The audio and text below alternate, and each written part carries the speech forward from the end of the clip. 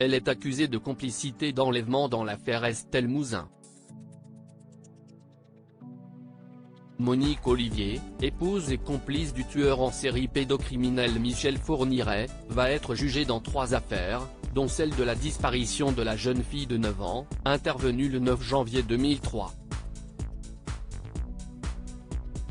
L'ex-femme de l'ogre des Ardennes, âgée de 74 ans, est également jugée dans l'enlèvement, le meurtre et le viol de Marie-Angèle Domès, intervenu en 1988, et ceux de Johanna Parish, intervenu en 1990.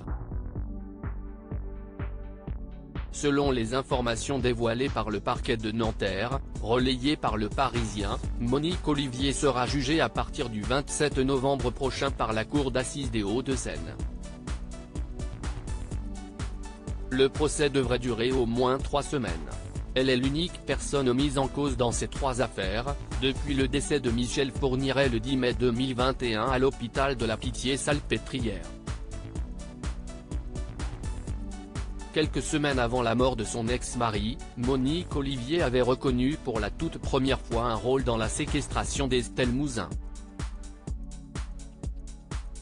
Monique Olivier jugée, pourquoi elle ne sortira pas de prison si est Monique Olivier qui avait, en novembre 2019, permis de relier Michel Fourniret à la disparition d'Estelle Mouzin.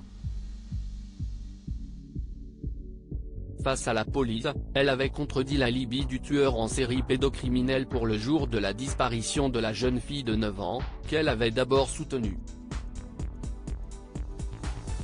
Tantôt mutique, tantôt bavarde avec les enquêteurs, Monique Olivier avait livré une première liste de victimes de Michel Fourniret en juin 2004. Très attendu par les familles des 3 victimes, le verdict dans ces 3 affaires ne devrait rien changer au futur de Monique Olivier. Elle est déjà condamnée à la réclusion à perpétuité pour complicité de 4 meurtres et complicité d'un viol en réunion commis par Michel Fourniret. S'ajoute à cette peine une autre de 20 ans de réclusion pour un 5e meurtre.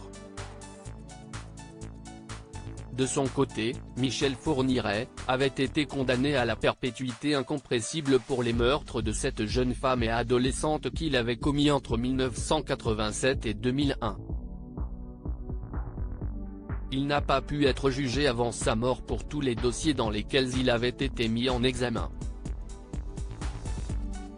Crédit photo, capture d'écran YouTube.